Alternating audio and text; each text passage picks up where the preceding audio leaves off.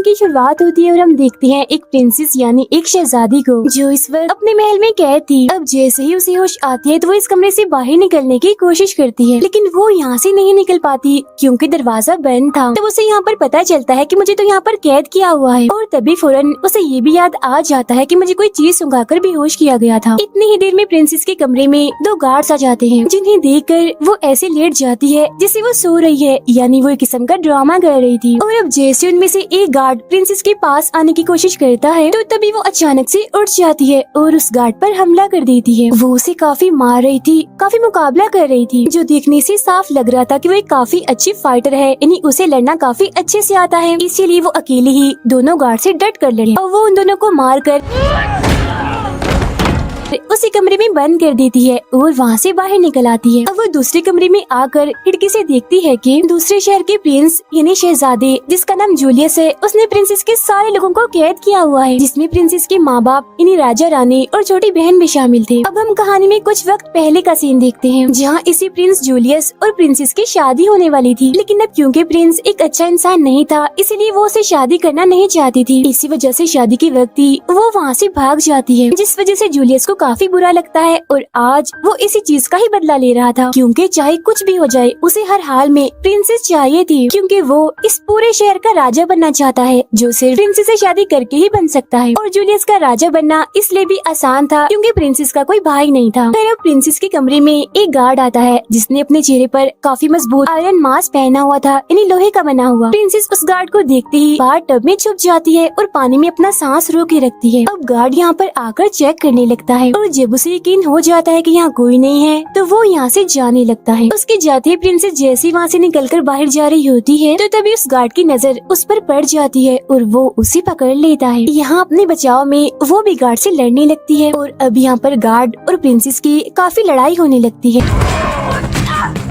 लड़ाई के एंड में आखिर प्रिंसेस उस गार्ड को हराकर जान से मार डालती है। अब एक पुरानी बात सोचने पर प्रिंसेस को याद आता है कि मेरे डैड यानी राजा हमेशा से ये चाहते थे कि उनका एक बेटा हो। यही गुजरे हुए वक्त में हम एक औरत को देखते हैं जो दरअसल प्रिंसेस की टीचर और मास्टर थी, यानी इन्होंने ही प्रिंसेस को सब कुछ सिखाया, मतलब तलवारबाजी कैसे की जाती है, खुद को बचाने के लिए लड़ना कैसे होता है, इसके अलावा और भी बहुत कुछ। और ये वो वक्त था जब प्रिंसेस की बहन होने वाली थी, इसीलिए प्रिंसेस की मॉम यानी रानी उस टीचर से कहती है कि प्रिंसेस के फादर को ये बात बिल्कुल भी पसंद नहीं है कि वो तलवारबाजी सीखे या लड़ना सीखे, क्योंकि उनके हिसाब से सारे काम लड़कों के करने के होते हैं न कि लड़कियों के। अब गुजरे हुए वक्त की बातें याद करते हुए प्रिंसेस यहाँ से चली जाती है, जहाँ अब वो एक कमरे में पहुँचती है, लेकिन तब दो गार्ड्स यहाँ भी आ जाते हैं और वो इनसे भी लड़ती है,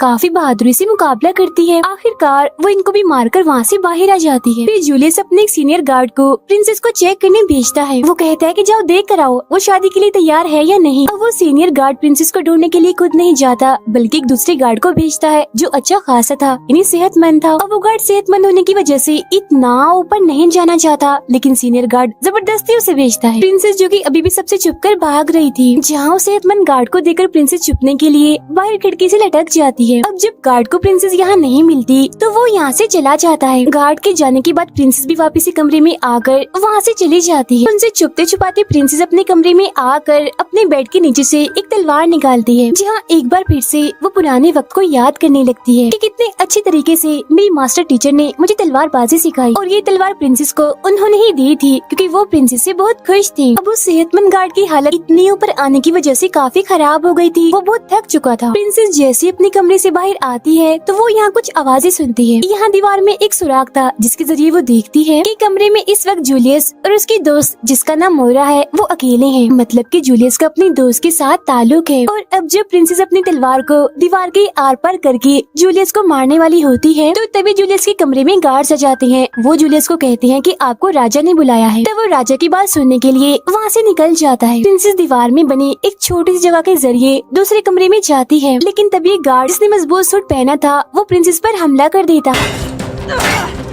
यहाँ वो भी डट कर उसका सामना करती है। अब देखते ही देखते यहाँ उन दोनों की खतरनाक लड़ाई शुरू हो जाती है, लेकिन बाद में प्रिंसेस उसके जिस्म में आग लगाकर उसे खिड़की से नीचे फेंक देती है। नीचे जहाँ उसने गार्ड को फेंका था वहाँ जूलियस खड़ा हुआ था। यहाँ सेहतमंद गार्ड आकर बताता है कि मैंने प्रिंसेस को हर जगह देखा लेकिन वो कहीं नहीं मिली मुझे। इस बात पर जूलियस अपने सीनियर गार्ड पर काफी गुस्सा करता है, उस पर काफी भड़कता है। वो कहता है कि जाओ फौरन और पूरे महल की तलाशी लो। ये कहने के बाद खुद वो यहाँ से चला जाता है। अब यहाँ मोइरा गार्ड्स पर शक करने लगती है और कहती है कि कोई तो ऐसा है जिसे इस महल के सारे रास्ते काफी अच्छे से पता है। तब उसकी इस बात का सब मजाक बनाने लगते हैं और हंसते हैं। अब अपनी बेइज्जती की वजह से मोइरा को काफी गुस्सा आ जाता है, इसीलिए वो अपने घोड़े से उस सीनियर गार्ड पर हमला कर देती है और उसे काफी बुरी मौत देती है क्योंकि वो उसका गला काट देती है।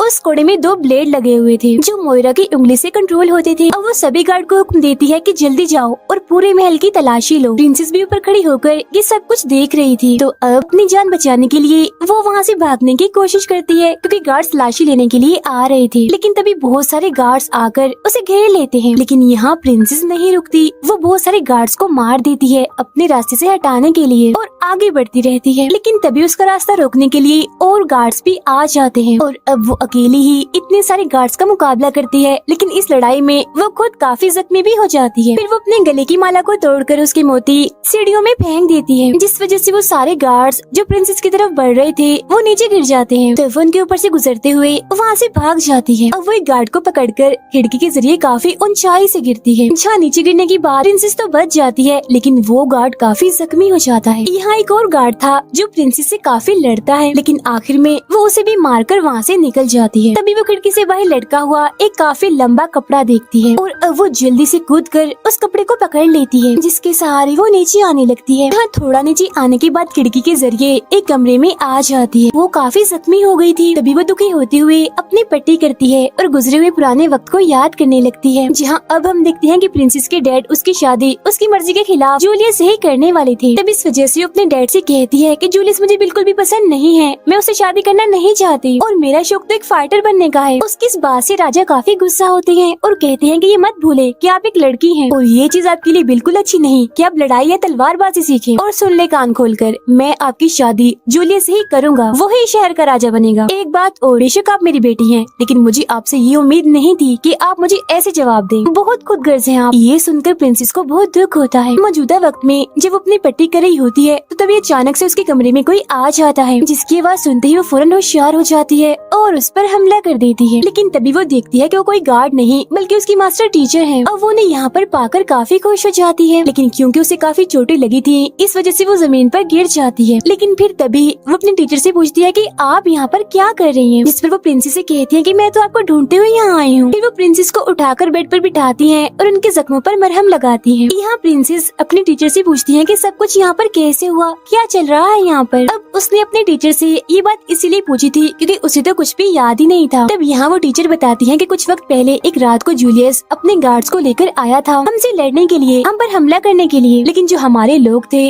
वो उनसे लड़ने के लिए बिल्कुल भी तैयार नहीं थे। अब जूलियस एक काफी बेरहम इंसान है, उसे किसी पर भी तरस नहीं आया, किसी को भी उसने हमदर्दी नहीं दिखाई, बल्कि वो तो सबको मार रहा था, हद से ज्यादा जुल्म कर रहा था। ये जानने के बाद प्रिंसेस को बहुत दुख होता है और वो इस सबका जिम्मेदार खुद को समझती है। ये देखकर टीचर उसे समझाती है कि ये वक्त खुद को इल्जाम देने का नहीं बल्कि हिम्मत करने का है, सबकी जान बचाने का है। आगे वो प्रिंसेस को बताती है कि इस महल से निकलने का सिर्फ और सिर्फ एक ही रास्ता है और वो रास्ता है एक पानी का रास्ता। अब वो दोनों वहाँ से निकलकर किचन की तरफ बढ़ती हैं, जहाँ वो देखती हैं कि जूलियस के सारे गार्ड्स तबाही मचा रहे हैं, सब लोगों पर जुल्म कर रहे हैं। यहाँ 3 गार्ड्स मिलकर एक औरत को पकड़ लेते हैं और उसके साथ काफी बुरा सलूक करते हैं। ये देखकर चुपके चुपके से वो दोनों वहाँ आती हैं और गार्ड्स पर हमला कर देती हैं। वो उस औरत को भी कहती है कि पीछे एक रास्ता है, वहाँ से तुम भाग जाओ। अब वो दोनों एक एक करके सभी गार्ड्स का मुकाबला करती हैं, उनसे लड़ती हैं। जाहिर सी बात है वो काफी बहादुर थी, इसीलिए वो गार्ड्स को मारती जा रही थी।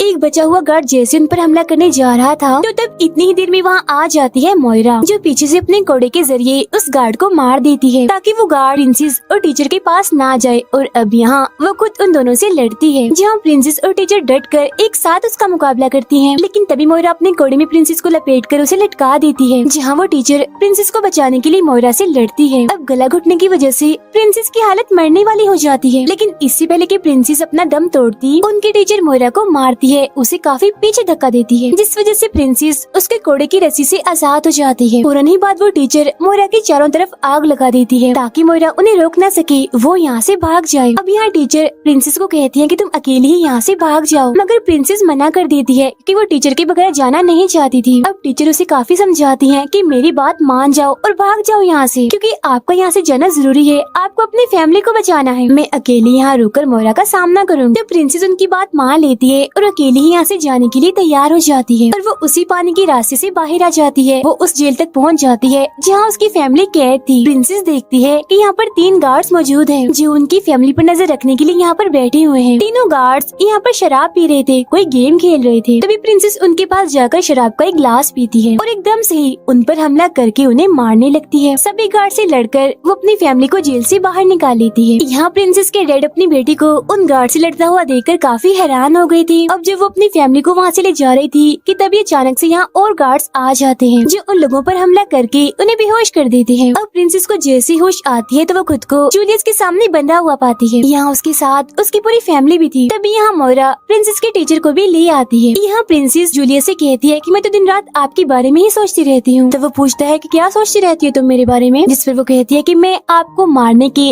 अलग अलग तरीके सोचती रहती हूँ। और जूलियस, मुझे उस टाइम का बेसब्री से इंतजार है जब मैं तुम्हारा धड़कता हुआ दिल अपने हाथों में पकड़ूंगी। ये सुनकर जूलियस को काफी गुस्सा आ जाता है, इसलिए अब वो कहता है कि मैं प्रिंसेस से नहीं बल्कि उसकी छोटी बहन से शादी करूंगा, क्योंकि ऐसा करने से भी तो मैं राजा बन जाऊंगा। फिर फौरन ही बाद जूलियस प्रिंसेस को मारने का हुक्म दे देता है। तब जूलियस की बात सुनकर वो अपने टीचर को इशारा करती है, यानी कि आप मेरी बहन को लेकर पीछे के रास्ते से निकल जाएं। जैसे प्रिंसेस सबसे लड़कर सबका ध्यान भटकाती है तो इतनी ही देर में टीचर उसकी बहन को लेकर वहाँ से भाग जाती है, जिसके बाद गार्ड प्रिंसेस को उठाकर खिड़की से बाहर फेंक देता है और वो सीधा जाके गहरे पानी में गिरती है।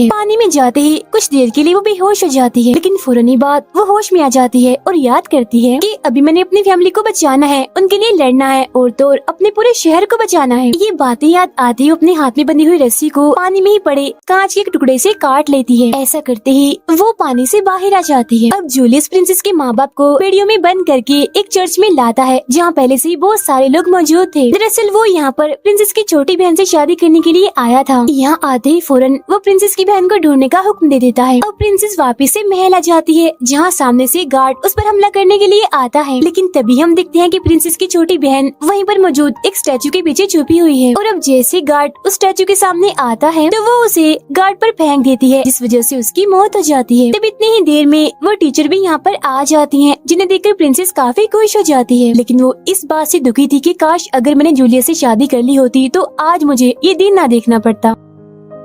तीनों यहाँ से चली जाती हैं। प्रिंसेस और उनके टीचर छोटी बहन को ऐसी जगह पर लाती हैं जहाँ पर बहुत सारे हथियार पड़े हुए थे जो जंग के टाइम काम आते थे। प्रिंसेस और टीचर जंग वाले कपड़े पहनकर बिल्कुल तैयार हो जाती हैं, क्योंकि प्रिंसेस की बहन को भी उन कपड़ों का शौक था, इसीलिए वो भी अब अच्छे से तैयार हो जाती है। अब वो दोनों प्रिंसेस की बहन को यहीं पर रुकने का कहकर वहाँ से चली जाती है। जूलियस के गार्ड्स उसकी बहन को ढूंढ रहे थे, जबकि वो दोनों बाहर आकर सबसे लड़ रही थी, यानी प्रिंसेस और टीचर।